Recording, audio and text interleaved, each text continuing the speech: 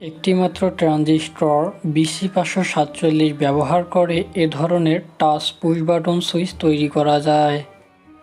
এ ধরনের touch push button switch তৈরি করতে আমাদের যা যা প্রয়োজন হবে: একটি BC547 ট্রানজিস্টর, একটি LED বাল্ব এবং একটি 220 ওহমের রেজিস্টর।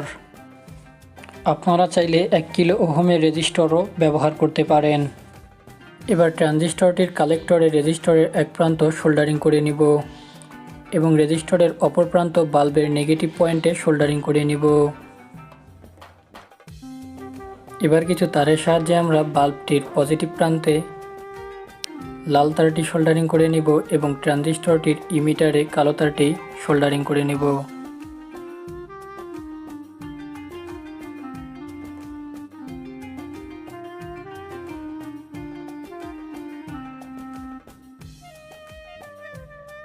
সোল্ডারিং করা শেষ হলে আমরা সার্কিটটিতে ডিসি 5 ভোল্ট সাপ্লাই দিয়ে ট্রানজিস্টরটির বেজে স্পর্শ করে দেখব সার্কিটটি কাজ করছে কিনা।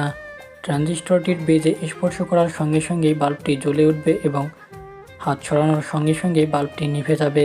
আমরা দেখতে পাচ্ছি ট্রানজিস্টরটির বেজে টাচ করার সঙ্গে সঙ্গেই বাল্বটি জ্বলে উঠতেছে এবং হাত সরানোর সঙ্গে সঙ্গেই বাল্বটি নিভে যাচ্ছে।